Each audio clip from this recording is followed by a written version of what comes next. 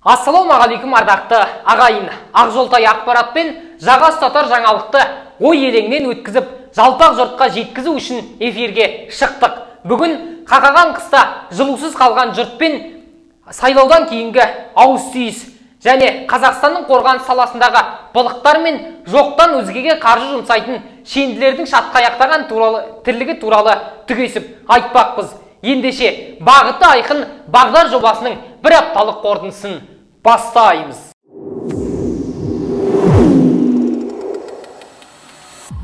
Осы аптада елдің есін екеу, түсін төртеу өткен оқиға Екібастұзда орын алды. Алдымен болған жағдайды егжей-тегжейлі баяндайық. 27 қараша күні 30 градус аязда жылу электр орталығындағы қазандықтардың істен шығуына байланысты қала жылусыз қалған. Жылумен жабдықтау желісіне жоғарғы қысым беріліп, оның салдарынан 15 жерде бір уақытта құбырлар зақымданған. 28 қараша күні Екібастұзда төтенше жағдай жарияланып, үкімет басында отырған шенеуніктер топ-тобымен аталған аумаққа аттанған еді.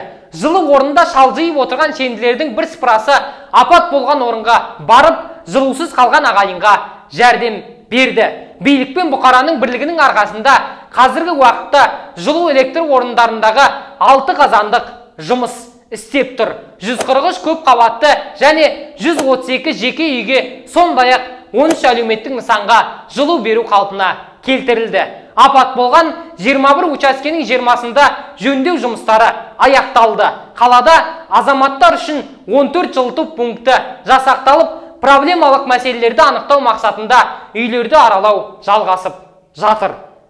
Боже, как же холодно-то, Ағайынның алаңын басайық деп, жағдайдың жақсы жағын баяндадық. Енді қыстың алғашқы күнінде бұқараның жылусыз қалуына басымен жауаптылар жайлы сөйлейміз. Үкімет басшысы Әлихан Смайыловтың айтуынша, жылу желілерінің тозуына инвестициялардың жетіспеуі, сондай-ақ жылу орталығы басшылығының салғырттығы себеп. Сонымен қатар премьер-министр Екібастұздағы апатты жағдайға кінәлі адамдардың жауапқа тартылатындығын баса айтты. Цитата: Екібастұз қаласында жылу беруді қалпына келтіру жұмыстарын жалғастыру керек. Апатқа себеп болған барлық мәселені тез арада шешу қажет. Энергетика министрлігі индустрия министрлігімен бірлесіп, Екібастұз жылу энерго мекемесіндегі технологиялық ережелерді бұзуға қатысты тексеру жүргізсін. Қыс басталмай жатып, осындай төтенше жағдай орын алып отыр. Барлық әкім бұдан қорытынды шығару тиіс. Ендігі кезекте қақаған қыстың келетінін білетін шенділер жергілікті жылу электр орындарындағы апатты жағдайды білмеді ме, құбырлар мен қазандықтар техникалық тексерістен өтпеді ме деген сұрақтың санада салтанат құратыны белгілі. Міне материал. Михаил Казачков Екібастұз әкімдігі сәуірде дабыл қаққан тұрғындардың жан айқайын елемегендігін айтты. Қала тұрғындары көктемнен бері жылу электр орындарының проблемалары туралы қала әкіміне шағым жазған. Тамыз айында тағда жылу мәселесі шешім таппағанын айтқан. Қала билігі халықтың өтініштеріне көз жұмып, салдарынан қақаған қарашада жұрт жылусыз қалды. Все, теперь уже улицы вообще не видно. Все окна вон затянуло. Лед, айсберг. Уже все затянуло. Здесь окна то же самое. Смотрите, улицы не видать. Это что такое? Бұқараның базынасына билік неге құлақ аспады десек гәп мынада. Екібастұздағы жылу электр орындары Павлодар Энерго акционерлік қоғамы 3 өндіруші кәсіпорынның бірінің құрамына кіреді.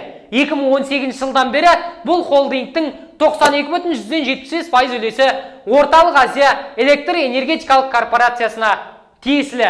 Ал олардың акционерлері Сергей Канмен мен Александр Клебанов атты шетелдік кәсіпкерлер болып шықты. Сол себепті президент Қасым-Жомарт Тоқаев премьер-министр Әлихан Смайыловқа ел қалаларындағы проблемалық энергетикалық активтерді мемлекет меншігіне қайтару мәселесін қарауды тапсырды.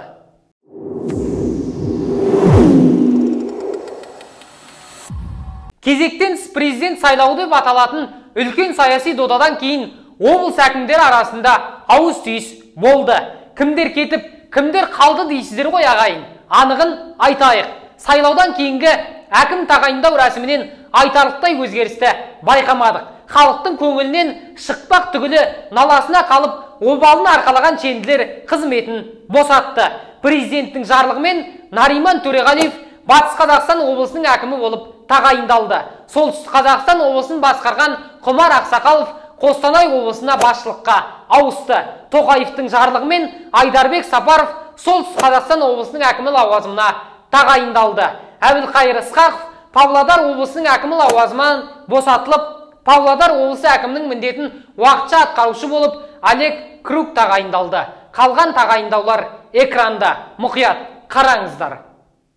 Жаңа қызметке жайғасқан шенділер өз жағдайларынан бұрын өңірдің өркендеуіне көңіл бөледі деп сенейік. Ал қызметіне қайта тағайындалғандардың әрбір әрекеті біздің жіті назарымызда болмақ.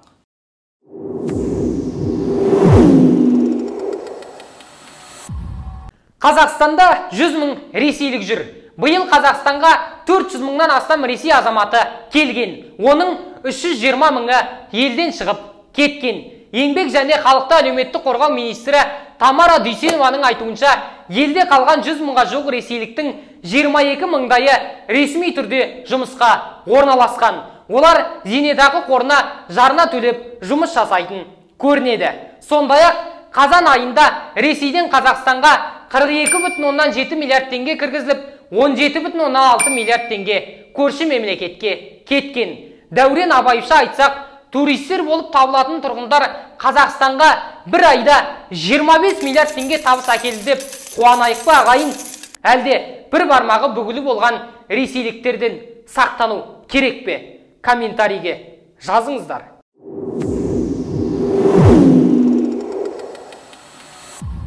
Осы аптада Боранбаевтың көлік тұрағын қадағалайтын компаниясы әкімдікке қайтарылды. Қаржы мониторингі агенттігінің хабарлауынша, Алам паркинг жауапкершілігі шектеулі серіктестігінің директоры Мұхтар Базарбаев пен Алматы спецтехпаркинг сервис жауапкершілігі шектеулі серіктестігінің директоры Марат Пірімбековке қатысты 436 миллион теңге қаржыны ұрлау фактісі бойынша қылмыстық іс тергеуі аяқталды. Сотқа дейінгі тергеу барысында келтірілген залал толық көлемде өтеліп, қылмыстық іс сотқа жіберілген. Айта кетейік, агенттік Алам паркинг компаниясының 100% және Алматы спецтехпаркинг сервисінің 70% үлесі әкімдік меншігіне өтті. Қылмыстық топтың негізгі ұйымдастырушы Мұрат Боранбаевқа халықаралық іздеу жарияланды. Ол Алам паркингінің заңды тұлғасы РР2 жауапкершілігі шектеулі серіктестігінің бас директоры әрі Қайрат Боранбаевтың інісі. Көп жыл қала ішіндегі көшелерде көлік тұрақтарына иелік етіп, қомақты табыс тауып келіпті. Мне что-то подсказывает, что нас наебали. Біздің билік осынша әлсіз болғаныма, базарлар мен сауда орындарын былай қойғанда, көлігімізді қоятын жердің өзіне қаржы төлеп, аузына ақша тықпасаң, кенезесі кеуіп тұратындардың қалтасын қампитып келіппіз ау. Жаңа Қазақстандағы шенділер бұндайлардың екі аяғын бір етікке тығады деп сенейік.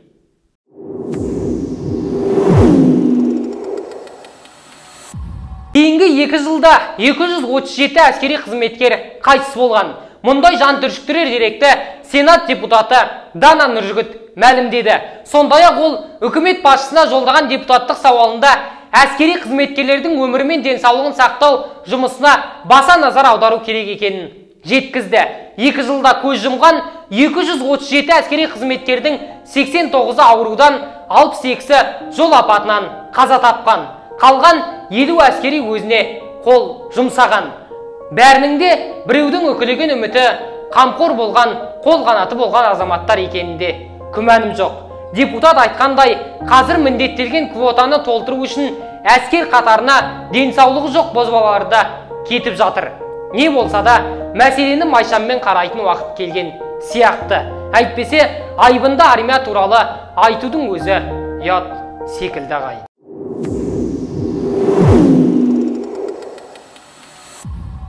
Жаңа Жетісу облысының әкімдігі мемлекеттік рәміздерді халық арасында насихаттау үшін бюджеттен 9 миллион теңге төлеуге дайын. Бұл туралы Олсмедиа KZ порталы хабарлады. Қазақстан жастар ақпарат қызметінің тексеруіне сәйкес облыстың аудандары мен қалаларында кемінде 5 іс-шарадан өткізбек екен. Бөлінген қаржы 2 лектор мен үгіт насихатты жүргізетін оқытушылардың жүрдім бардым әрекеттеріне жұмсалмақ. Тіпті шартта оқытушыларды 2 күн ішінде көрсетілген аудандар мен қалалар шегінде 2020 жылдан ерте емес жеңіл автокөлікпен алып жүруі керек екендігі де көрсетіліпті.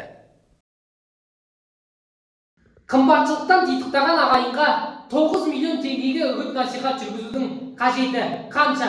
Әлде Жетісу өңірінің тұрғындары туымыз бен елтаңбамыздың қандай екенін білмей ме?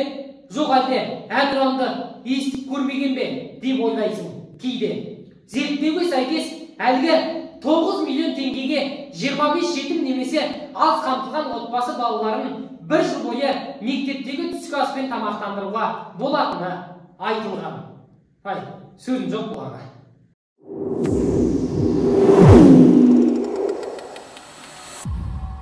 Билеттің бағасы бір қоймен тең болған бүгінгі Қазақстанда ұшақпен ұшу қарапайым қараша үшін мүмкін болмай тұр. Ал үкімет басындағы аяғы жерге тимейтін шенді шекпенділер халықтан одан сайын алыстайын деді ме? Жоқ әлде халықтың жағдайын әуеден бақылайын деді ме? Әйтеуір ұшақпен ұшуға құштар. Соңғы 3 айда министрлердің елшінде ұшатын ұшақтың шығыны 61,8 миллион теңгені құраған.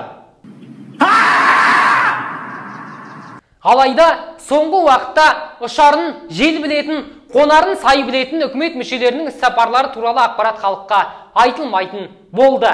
Премьер-министрдің баспасөз қызметі мемлекеттік сатып алу порталына сілтеме жасап, ат-тонын ала қашты.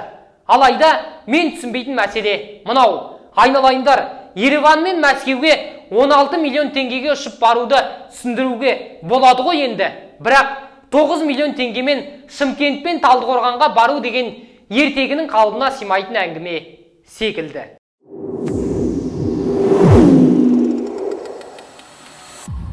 Қазақстан Республикасының премьер-министрі Әлихан Смайыловпен Қытай Халық Республикасының мемлекеттік кеңесінің премьері Ли Кэцян бейнеконференция байланыс режимінде өткен екіжақты келіссөздер барысында Қазақстан-Қытай ынтымақтастығын нығайтудың өзекті мәселелерін талқылады.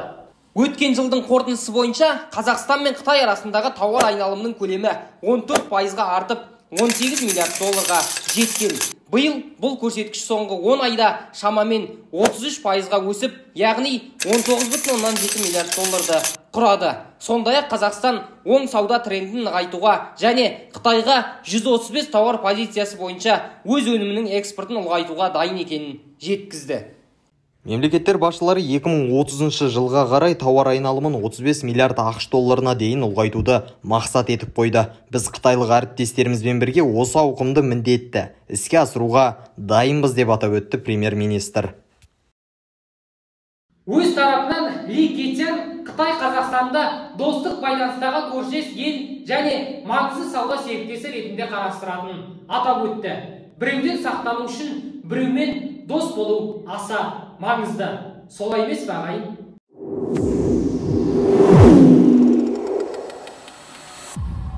Мәжіліс депутаты Еділ Жаңбыршин Қазақстанда әділдік құру формуласын айтты. Ол әділ мемлекет құру үшін шалдың жүйесін өзгерту керек, әділ экономика құру үшін қыз киюдің жүйесін бұзу керек, әділ қоғам құру үшін інісінің сектасын жоқ қылу керек деген жазбасы Фейсбукқа жарияланды. Еділ Жаңбыршиннің бұл пікірі әлеуметтік желіде қызу талқыға түсті. Кейін депутат жазбасына түсініктеме беріп, ескі жүйенің сахнадан кеткісі келмей арпалысып жатқанын атап өтті. Жүре берсең, көре бересің деген осы екен ғой ағайына.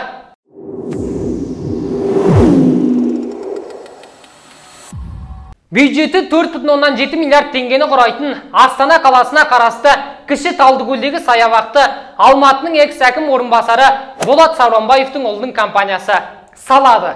2007 жылы Алматыда тіркелген Шебербуйлт жауапкершілігі шектеулі серіктестігінің құрылыс тендерін ұтып алған жобаға ұсынылған сомасы 4,7 миллиард теңгені, ал жоспарланған сомасы 4,9 миллиард теңгені құрайды. Компания шартты тіркеу күніне дейін құрылысты 10 ай ішінде аяқтауы тиіс.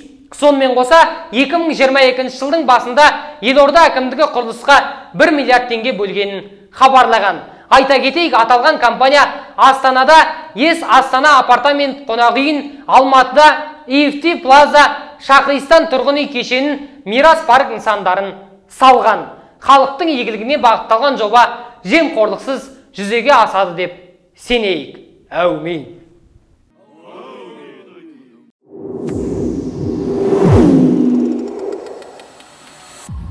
Қандастар көші қарқын алды.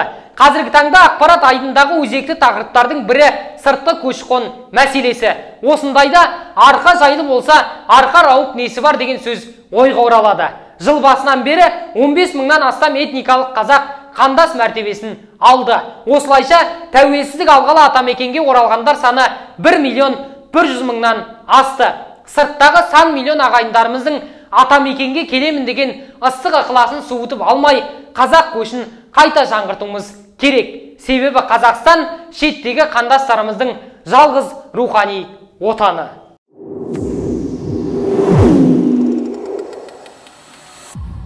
Азаматтық алғың келсе, емтихан тапсыр. 2020 жылдан бастап Қазақстан азаматтығын алғысы келгендер қазақ тілінен емтихан тапсыра бастайды. Бұл пилоттық жоба бойынша емтиханды алғашқылардың бірі болып, құжаттарында ұлты деген графасы бос шетелдік қазақтар тапсырады. Ақпаратты 29 қарашада Еңбек және халықты әлеуметтік қорғау министрі Тамара Дүйсенова хабарлады. Кейде осында емтиханға есеп беретін министрлер мен ант қабылдағыш депутаттарда қатысса екен дейсің.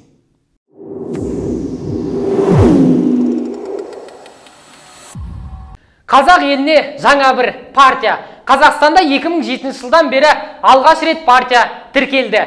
Байтақ Жасылдар партиясы елдегі экология мәселесімен айналысуға бел буған. Партия төрағасы Тоқаев жанындағы ұлттық құрылтайға мүше болған Азаматхан Әміртай. Байтақ партиясының өкілдері мәжіліс пен мәслихат депутаттарын сайлау науқанына қатысуға мүдделі. Қазіргі есеп бойынша елімізде ресми тіркеуден өткен 5 партия бар. Не болса да, Байтақ партиясын саясаткерлер айтқандай қуыршақ партияға айналмай, экология мәселесін шешуге атсалысса екен дейміз.